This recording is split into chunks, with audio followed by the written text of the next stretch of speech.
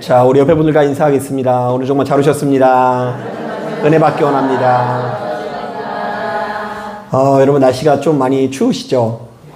그래가지고 이제 오늘 저희 교회는 좀 겨울이 좀 늦게 오는 교회예요. 그래가지고 밖에는 되게 쌀쌀한데 19도에서 한 20도 정도 되는데 고민을 했어요. 어떻게 할까? 그런데 아무리 봐도 우리 김경수 권사님이 추우시겠다.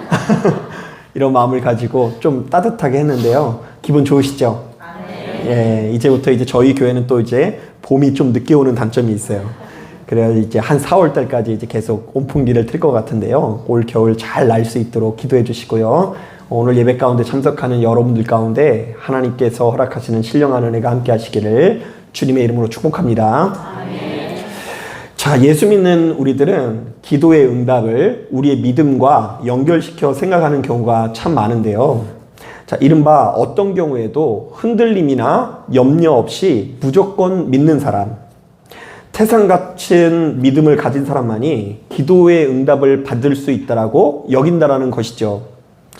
자, 그래서 제가 어렸을 때만 하더라도 많은 신앙인들이 몸이 좀 안 좋거나 병이 들었다고 할지라도 쉽사리 병원에 가지 않고 오로지 기도에 전념하곤 했는데요. 왜냐하면 병원에 가서 치료를 받는 행위 자체가 일종의 불신앙처럼 느껴졌기 때문입니다. 여러분, 몸이 아팠을 때 하나님 앞에 간구하고 기도하면요, 무조건 나으시는 것을 믿으십니까? 이렇게 믿음들이 없으세요. 그런데 이제 그것을 믿으면 무조건 그냥 나을 거라고 믿어야지, 혹시 그것을 못 믿고 병원에 간다라는 것을 뭔가 마땅치 않게 여기는 정서가 우리 안에 있었다라는 것입니다. 자, 더군다나 성경을 보면 예수께서 병을 고쳐주시기 전에 항상 이런 질문을 하시지 않습니까? 네가 낫고자 하느냐? 네가 이 일을 내가 능히 행할 줄로 믿느냐?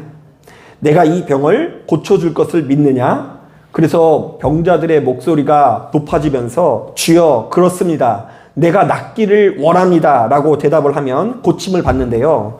자, 우리는 바로 이런 장면을 묵상하면서 우리가 기도의 응답을 받기 위해서는 그 무엇보다 큰 믿음이 필요하다라고 여겼고요.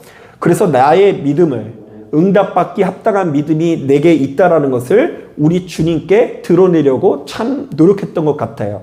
그래서 여러분 왕년에 작정해서 기도해 보셨어요? 그거 다 누구한테 보여주려고 하는 거예요?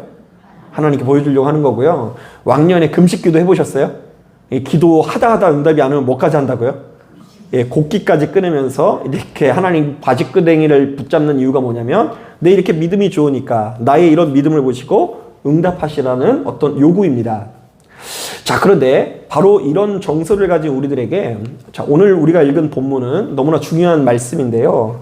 자, 여기 보면 방금 전에 제가 말씀드린 대로 우리가 좋아하는 기도의 내용들이 연거푸 나옵니다. 자, 23절 제가 좀 쉬운 번역으로 옮겨왔어요. 누구든지 마음에 의심을 품지 않고 자기가 말한 대로 되리라고 믿기만 하면 이 산 들어 번쩍 들려서 저 바다에 빠져라 하더라도 그대로 될 것이다. 은혜가 되죠. 하나만 더 해볼까요? 24절. 그러므로 내 말을 잘 들어두어라. 너희가 기도하며 구하는 것이 무엇이든지 그것을 이미 받았다고 믿기만 하면 그대로 다 될 것이다. 야, 여러분 너무 은혜로운 말씀이지 않습니까? 우리가 무엇이든지 믿기만 하면 다 된다. 기도를 하는 사람은 기도를 시작하는 동시에 이미 받을 것을 생각하면서 기도하면 된다. 이른바 우리가 염려하거나 의심하지 않으면 무조건 응답이 온다는 이야기입니다.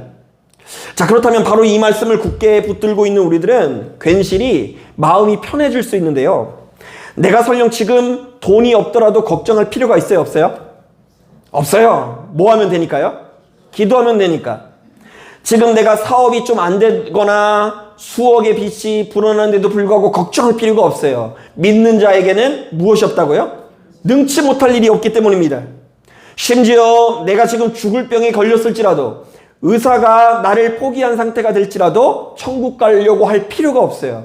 하나님께서 나의 병을 고쳐주실 것을 믿어 의심치 않기 때문입니다. 자, 한번 따라해 보겠습니다. 믿고 구한 것은 받은 줄로 믿으라. 자, 그런데 예수 믿는 우리들이 바로 이 말씀들을 묵상할 때에 반드시 고려해야 되는 것이 있는데요. 자, 제가 늘상 이야기했듯이 우리가 성경을 묵상할 때는 동그라미표부터 다음 동그라미를 고려하면서 읽어야 하거든요. 왜냐하면 바로 이것이 성경의 기자가 의도한 본래의 한 문맥이기 때문입니다. 자, 그런데 오늘 우리가 읽은 본문은요, 20절부터 시작한 동그라미가 어디에서 끝나고 있죠? 예, 사실은 26절에 끝나고 있는데 26절은 없으니까요. 25절까지 이어진다고 보는데요. 자, 25절에 어떤 내용이 담겨져 있는지를 고려하면서 이 기도에 관한 응답을 봐야 한다는 이야기예요. 자, 우리 25절 말씀 천천히 한번 읽어보겠습니다. 시작. 서서 기도할 때에 아무에게나 혐의가 있거든 용서하라. 그리하여야 하늘에 계신 너희 아버지께서도 너희 허물을 사하여 주시리라 하시니라. 자, 그렇다면 예수 믿는 우리들은 이 본문에 나와 있는 기도 응답을 용서에 관한 말씀과 연결시켜야 되는데요. 이른바 우리가 하나님께 용서를 받기 위해서는 우리도 역시 타인의 잘못과 허물을 어떻게 해야 된다고요? 용서해야 되는데, 우리가 바로 이것을 위해서 간구하고 기도하면 바로 그 기도는 반드시 응답된다라는 이야기를 하는 거예요. 자, 한번 따라해 보겠습니다. 너희가 누군가를 용서하기 위해서 굳건하게 믿고 기도하면 바로 그 기도는 무조건 응답이 될 것이다. 예, 이것이 오늘 본문의 메시지예요. 자, 그러니까 여러분, 예수 믿는 우리들에게 누군가를 절대로 용서할 수 없다라는 것은 말이 되지 않습니다. 자, 우리가 충분히 기도하지 않아서가 문제이지, 충분한 믿음으로 기도하지 않아서가 문제이지, 십자가의 권세와 권능을 굳게 믿고 기도하면 반드시 응답될 것을 믿으시는 저와 여러분들이 되길 바랍니다. 자, 저는 바로 이런 종류의 이야기를 하면 제일 먼저 그 손양원 목사님의 이야기가 생각납니다. 제가 벌써 여러분들이랑 신앙생활 한 지가 오래돼서, 목사님이 이런 얘기하면 이런 예화를 하겠구나, 이제 좀 알 것 같지 않나요? 그 전용 레퍼토리 중에 하나인데요. 이 손양원 목사님은 1938년도 신학교를 졸업하고 아무도 가지 않는 곳으로 가시는데요. 나병 환자들의 수용소인 소록도 애양원에 부임합니다. 자, 그리고는 그곳에서도 그야말로 대단한 헌신을 보이시는데요. 자, 목사님께서 부임할 당시만 하더라도 이 애양원은 직원구역과 환자구역이 철저히 분리되어 있었거든요. 심지어 예배당까지도 목회자 자리와 환우들 자리가 유리벽으로 가로막혀 있었고, 창문을 통해 말을 주고받을 정도였습니다. 왜 이렇게 구분이 있을까요? 가까이 했다가는 내가 병에 옮을까봐. 자, 그런데 목사님께서는 그리스도 예수의 이름으로 과감히 이런 유리벽을 다 허물어 버립니다. 자, 감염 위험과 악취를 개의치 않고 수시로 환자 숙소를 드나듭니다. 자, 그리고는 심지어 밤새 고통으로 울부짖는 환자들을 위해 자신의 입으로 고름을 빼서 내어주기도 합니다. 자, 또한 이분의 삶이 얼마나 모범적인지 1940년도에는 신사참배를 끝까지 거부하다 구금돼 모진 고문을 당합니다. 여러분 잘 아시는 것처럼 우리나라 최초의 그 민족 지도자 33인 중에 기독교인이 상당수가 포함되어 있는데, 그 중에 끝까지 배교를 하지 않는 사람이 많이 있을까요? 아니면 별로 없을 것 같아요? 다 배신합니다. 그러니까 우리 기독교는 친일 세력한테는 그들한테 가가지고 타협을 하고, 독재 시대 때는 그들과 가서 타협하고, 그러니까 이제 믿음을 끝까지 지키지 않는 역사와 전통을 가지고 있어요. 대단하죠? 친일 세력 때는 다 친일파가 돼서 배교를 하게 되는데, 이 손양원 목사님은 끝까지 신앙을 지키면서 구금 당하고, 나는 이 감옥에서 죽어도 영광이다라는 이 말을 이렇게 남기기까지 합니다. 자, 그러다가 그 역사의 소용돌이죠. 우리나라 이념 대립이 한참 심했을 때에 1948년도에 여수 순천 사건 때에 폭도들에게 두 아들을 잃게 됩니다. 그러니까 죽음을 당했다는 거예요. 하지만 목사님은 곧 가해자 구명 운동에 나서게 됩니다. 그래서 처형 직전에 아들을 죽인 안제손이라는 사람을 이 사형으로부터 살려내게 되고요. 도리어 이 원수를 양자로 삼게 됩니다.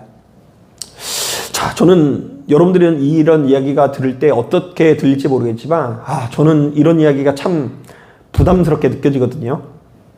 자, 왜냐하면 똑같은 목사인데 이분의 삶의 행적과 저의 삶의 행적이 너무나 대조적이기 때문입니다. 저도 일전에 그 인도로 단기 선교를 갔다가 그곳에서 나병 환자를 난생 처음으로 목격한 적이 있거든요.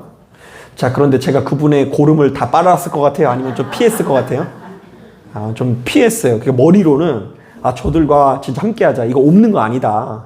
그런 마음이 있는데 이상하게 이분이 오시면 나는 좌하고 이분이 그리고 좌하면 나는 우하고 이거 좀 약간 피하게 되고 약간 그분들이 함께 있는 공기가 좀 다른 것 같아서 자꾸 입으로 숨 안 쉬고 코로 숨 쉬게 되고 막 그러더라고요. 또한 아직도 저는 내 원수를 사랑하는 마음이 가득하기보다는 내 마음에 들지 않는 사람을 쉽사리 용서하지 못하는 못난 자아를 가지고 있거든요. 그래서 저는 얼마 전까지만 하더라도 이런 손양원 목사님과 최훈 목사의 갭을 설명하면서 이렇게 표현을 했던 것 같아요. 아무나 그렇게 살 수는 없습니다. 속이 편하지 않아요? 그분은 인간의 영역을 넘어 예수님의 경지에 이르렀으나 나는 육신의 옷을 입고 있는 존재라 어쩔 수 없이 그렇게는 못합니다. 의인은 없나니 어느 정도 없다고요? 그게 그렇게 위로가 되는 말이에요. 의인은 없나니 하나도 없으니 다 그렇게 살 수는 없습니다. 그러나 최근에는 이 손양원 목사님과 최훈 목사의 갭을 이렇게 설명하게 됩니다. 저는 손양원 목사님처럼 충분히 기도하지 못한 사람이고 그분처럼 믿음이 깊지 못했고 그분처럼 수양이 깊지 못해서 그분이 보인 아름다운 삶을 따라가지 못하고 있습니다. 자, 한번 따라해 보겠습니다. 누구든지 충분히 기도하면 손양원 목사님처럼 살 수 있다. 자, 그런데 우리가 살지 못하는 이유는 무엇 때문이라고요? 충분히 기도하지 못했기 때문이라는 이야기가 오늘 본문에 나와 있는 거죠. 여러분, 우리가 누군가를 아끼고 사랑한다는 것은 결국 기도의 열매라는 것을 인정해야 하는데요. 이른바 누구든지 십자가의 능력을 굳게 붙들고 바로 그것을 위해서 피와 땀을 흘리며 씨름을 하면 우리도 역시 예수님과 같은 삶을 살아낼 수 있으나 우리의 기도와 믿음이 부족해서 바로 이 같은 열매가 나타나지 않는다라는 이야기입니다. 실제로 오늘 우리가 읽은 본문에는 열매를 맺지 못하는 무화과 나무 이야기가 연결되어 있습니다. 자, 11장 초반부를 보니까 예수께서 예루살렘에 입성하신 이후에 배가 너무 고프고 시장하신 나머지 한 무화과 나무 앞에 서게 되는데요. 왜냐하면 예수께서 거하시는 생활권에서는 이 무화과 나무가 사시사철 열매를 맺는 나무로서 주변 사람들에게 항상 먹을 것을 제공해주는 나무이기 때문입니다. 자, 그런데 이게 사실은 왜 그러냐면 이게 일종의 열매가 아니라 원래는 꽃인 거 아세요? 무화과가 원래 꽃이에요. 그런데 꽃이 1년 365일 계속 핍니다. 사계절 내내 피니까 언제든 주인도 이것에 열매 거두는 것에 크게 신경을 안 쓰고요. 언제든 이렇게 그곳에 가가지고 무화과 나무가 있으면 이렇게 먹으면서 시장을 달래는 용도로 이 무화과 나무가 사용됐어요. 자, 그런데 하필이면 예수께서 찾아가신 나무에는 열매가 없었는데요. 일반적으로 무화과 나무가 열매를 맺지 못하는 이유는 크게 두 가지입니다. 자, 먼저 첫 번째는 무화과 나무가 지나치게 노화해서 열매를 맺는 기능을 상실한 경우, 자, 이럴 경우에 농부는 그 무화과 나무를 어떻게 해버릴까요? 가차없이 베어버립니다. 쓸 데가 없기 때문이죠. 자, 그런가 하면 두 번째로는 농부가 무화과 나무의 손질을 게을리하면 어린 나무가 결실을 하지 못한다고 합니다. 자, 그런데 본문에 나오는 무화과 나무는 아마도 농부가 손질을 게을리한 나무를 일컫는 것 같은데요. 자, 본문의 흐름상 바로 이 무화과 나무는 누구를 말하냐면 예루살렘 성전을 지키고 있는 위정자들을 말합니다. 자, 이른바 예루살렘의 위정자들은 하나님과의 관계를 부지런히 쌓았어요? 못 쌓았어요? 못 쌓아서 적절한 열매를 맺지 못했다라는 것인데요. 이런 내용이 17절부터 18절에 나와요. 자, 우리 17절, 18절 말씀. 같은 하나님을 믿는 사람인데 분위기가 어떻게 다른지 17절, 18절 말씀 같이 한번 읽어보겠습니다. 시작. 이에 가르쳐 이르시되 기록된 바 내 집은 만민이 기도하는 집이라 칭함을 받으리라 하지 아니하였느냐. 너희는 강도의 소굴을 만들었도다 하시매 대제사장들과 서기관들이 듣고 예수를 어떻게 죽일까 하고 꾀하니 이는 무리가 다 그의 교훈을 놀랍게 여김으로 그를 두려워함이로라. 자, 말씀을 보니까 예루살렘의 위정자들은 만민이 기도하는 집인 예루살렘을 무엇으로 만들었다고 하죠? 강도의 소굴로 만들었다고 하고요. 자, 그리고 무엇보다 하나님을 가장 가까이서 모시는 사람들이 예수를 아끼고 사랑하기보다 어떻게 죽일까 논의했다고 하는데요. 자, 이 모든 것이 주님께서 보셨을 때는 하나님과 친밀히 관계를 맺지 못하는 자들의 태도요, 기도하지 못하는 사람의 태도요, 더 나아가서는 가장 열매 없는 삶이었던 것입니다. 자, 그러므로 주님께서는 바로 이같이 열매 없는 무화과 나무를 저주하면서 우리로 하여금 열매 맺는 신앙생활을 제시하는데요. 자, 그것이 무엇일까요? 우리 다 같이 25절을 다시 한번 읽어보겠습니다. 25절 시작. 서서 기도할 때에 아무에게나 혐의가 있거든 용서하라. 그리하여야 하늘에 계신 너희 아버지께서도 너희 허물을 사하여 주시리라 하시니라. 자, 예루살렘에 있는 사람들을 항상 자기 마음에 안 드는 사람들을 어떻게 할까 논의했다고요? 죽여버리려고 노력했어요. 하나님을 믿는데도 불구하고 제대로 기도를 하지 않으면 만나는 사람들마다 어떻게 하려고 할 소지가 있다고요? 죽이려고 하는 소지가 있어요. 자, 그러나 우리는 일평생 하나님을 믿기 때문에 누군가를 아끼고 사랑하기 위해서 노력해야 하고, 또한 우리에게 여러 가지 갈등이 생겨날 때마다 더욱 열심히 하나님께 매달리면서 그 갈등을 해결하기 위해서 노력할 때에 우리의 삶에 주께서 허락하시는 열매가 가득하게 펼쳐진다라는 이야기를 하시는 거예요. 그런데 만약 우리가 이것을 제대로 감당하지 아니하고 겉으로 아름다운 신앙의 모습을 하고 있을지라도 하나님께서 어떤 분이신지를 제대로 배우지 못하고 경험하지 못한다고 한다면 우리도 모르는 사이에 주변의 사람들과 좋은 관계를 맺을 수 없다라는 이야기를 하는 거예요.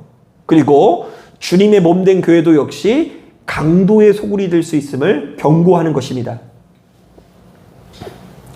그러나 우리가 만약 주께서 우리에게 요구하시는 사랑과 용서의 계명을 가슴 깊이 깨닫고 바로 그것을 내 일생에 성취하기 위해서 기도로 씨름하면 우리도 모르는 사이에 우리의 인생은 주님께서 받으시는 열매로 가득하게 된다라는 이야기인 것이죠. 자, 바로 이런 점에서 저는 김남기 시인의 그때 왜라는 시가 세상에서 가장 슬픈 시인 것 같아요. 자, 이거 성경은 아니지만 제가 몇 번 인용을 했는데요. 한번 들어보세요. 이 시가 왜 가장 불쌍한 사람의 인생을 노래하고 있는 시인지 한번 들어보세요. 저 사람은 거짓말을 너무 좋아해. 저 사람과는 결별해야 되겠어.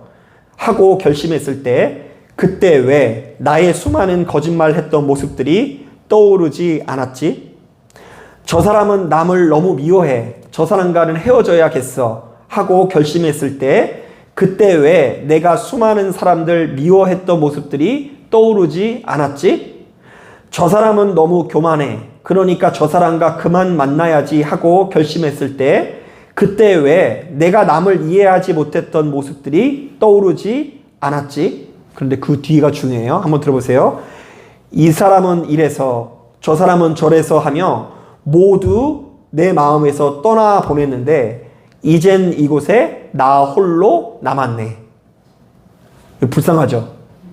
한번 따라해 보겠습니다. 이제 이곳에 나 홀로 남았네. 저는 이 시에 나타난 이 지은이의 삶이 세상에서 가장 열매 없는 삶을 노래하는 것 같아서 이 시를 읽을 때마다 서글프게 느껴지더라고요. 자, 우리가 예수 믿는다는 이유로 고고한 학처럼 거짓말하는 사람도 멀리하고 남을 미워하는 사람도 멀리하고 교만한 사람도 멀리 했거든요. 이른바 우리는 어떤 일이 있어도 불의와 타협하지 않고 어떤 모습으로 거룩하게 살아왔는데 도대체 무엇 때문에 내 인생은 가면 갈수록 외롭고 쓸쓸해지는 것일까요? 어쩌면 본문에 나와 있는 위정자처럼 숱하게 하나님의 이름을 부르면서도 참되게 열매를 맺지 못하기 때문일 수 있고요. 또한 하나님께서 우리에게 요구하시는 새 계명, 사랑과 용서의 계명에 조금도 집중하지 않아서이기 때문일 수 있습니다. 자, 그러니까 여러분, 제가 늘상 하는 얘기지만 하나님을 우리가 믿되 너무 하나님이 하고만 잘 지내려고 생각하지 마시고요. 하나님의 형상인 누구와도 잘 어울리는 인생이 되어야 돼요. 사람과도 이웃과도 잘 어울려야 되는 인생이 되어야 할 줄로 믿습니다. 자신 없는 아멘이신데 하나님과만 너무 잘 지내려고 하지 말고 하나님을 믿되 하나님의 형상인 누구와도 잘 지내야 된다고요?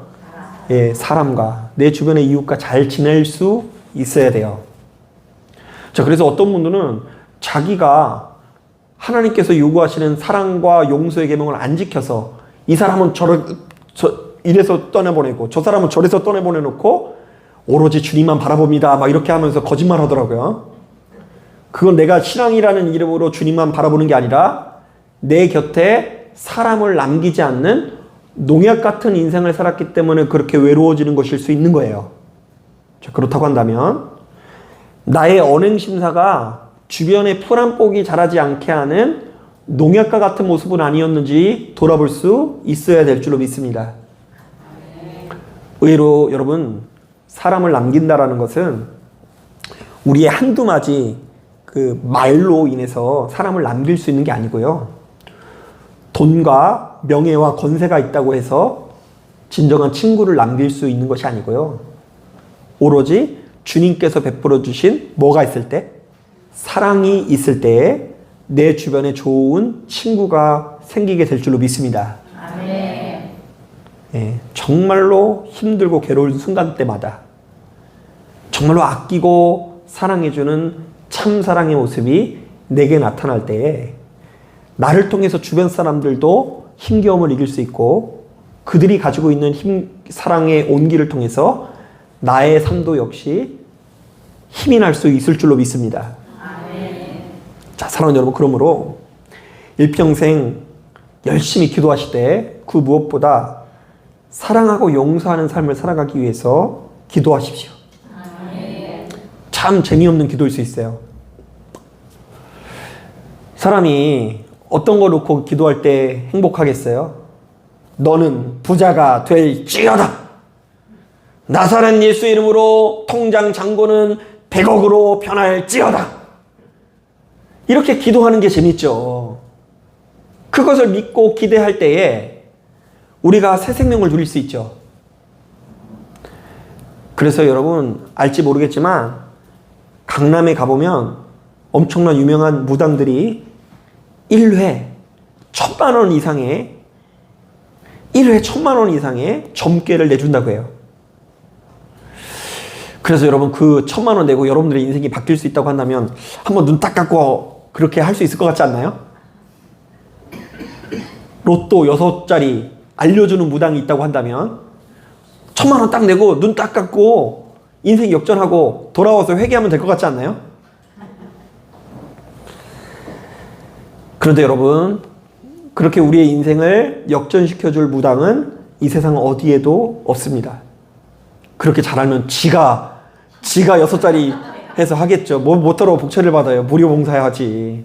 그 신령님한테 가가지고 그냥 6자리 받아가지고 지가 복되게 살아야지. 지가 제일 가난하게 살아가면서 그냥 다른 사람한테 1,000만 원씩 받는 것 자체가 순수하지 않는 거겠죠.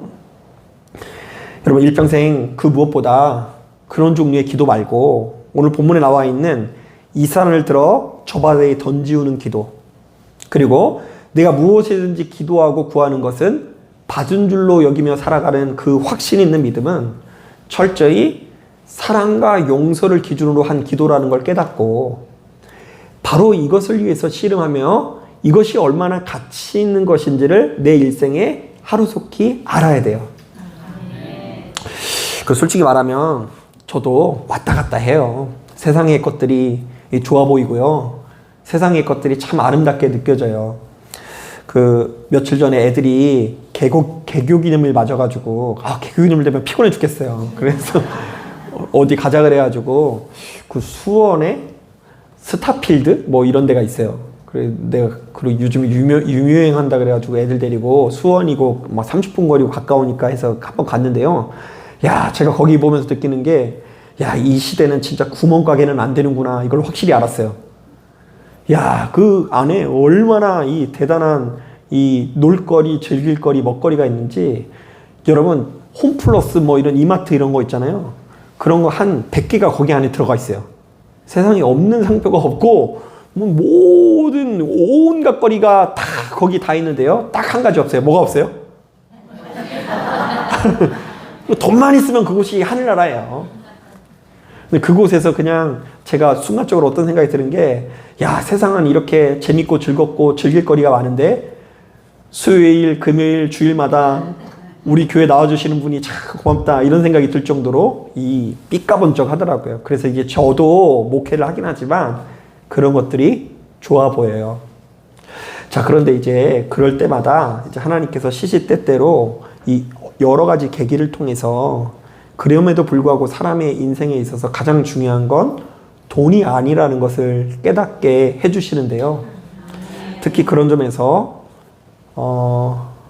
우리가 장래를 맞이한다는 것 자체가 정말 좋은 공부가 되는 것 같아요.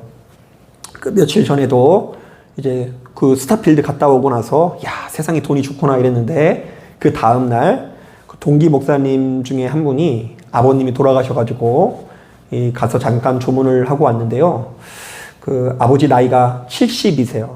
70이신데 췌장암으로 오랫동안 투병하다가 가시기 때문에 친구도 그렇고 주변에 많은 사람들이 편안하게 이 죽음을 생각하더라고요. 그 췌장암은 이 사망률이 굉장히 높고 그리고 마지막 때는 이 굉장히 고통스러워서 이 힘겨움을 겪는데 그 췌장암을 안고 아주 오랜 동안 투병하는 사람에게 그 물질이 무슨 소용이 있고 세상에 호화로운 아름다운 것이 무슨 소용이 있고 그것이 무슨 소용이 있겠어요? 그러니까 이제 주변 사람들도 이제 가시길 잘했다. 편안한 죽음이라 이렇게 생각을 하죠. 그리고 나서 형제도 많지 않은지라 제 친구 목사가 또 외아들이거든요. 혼자서 그 상을 맞이하는 모습을 보니까 참 남의 얘기처럼 느껴지지가 않고 야, 이것이 인생이구나 라는 것을 또다시 깨닫게 되어졌어요. 여러분, 그렇기 때문에 자꾸 우리가 인생을 잘 설계해야 되는데요. 예수 믿고 뭐 돈 놓고 돈 먹기 뭐 이렇게 자꾸 신앙생활 하시면 안 돼요. 그렇게 잘못 배우시면 안 돼요. 그게 이제 하나님께서 우리에게 약속하신 축복이 아닙니다. 심지어 예수께서도 그렇게 부귀하고 영화로운 삶을 사시지 않으셨어요. 예수님이 부자실 것 같아요? 아니면 삼성전자 이건희 회장이 부자일 것 같아요? 그러면 이건희 회장님은 전능하시고 우리 예수님은 능력이 없으신 걸까요? 우리 예수님께서 능력이 있으신 이유는 누구보다 사랑이 있고 용서 있는 삶을 우리에게 제시하면서 이것이 복이라고 우리에게 가르쳐 주셨기 때문입니다. 그래서 우린 죽을 때까지 이 싸움을 해야 되는 거예요. 하나님, 천국은 돈으로 못 가는 나라인 것을 믿습니다. 힘으로 못 가는 나라인 줄로 믿습니다. 천국은 오로지 하나님의 은혜로 들어가는 나라인 줄로 믿사오니 은혜 있는 삶을 살아가게 하시고 내가 은혜 있는 자로서 일평생 사랑하고 용서할 수 있도록 인도하여 주옵소서.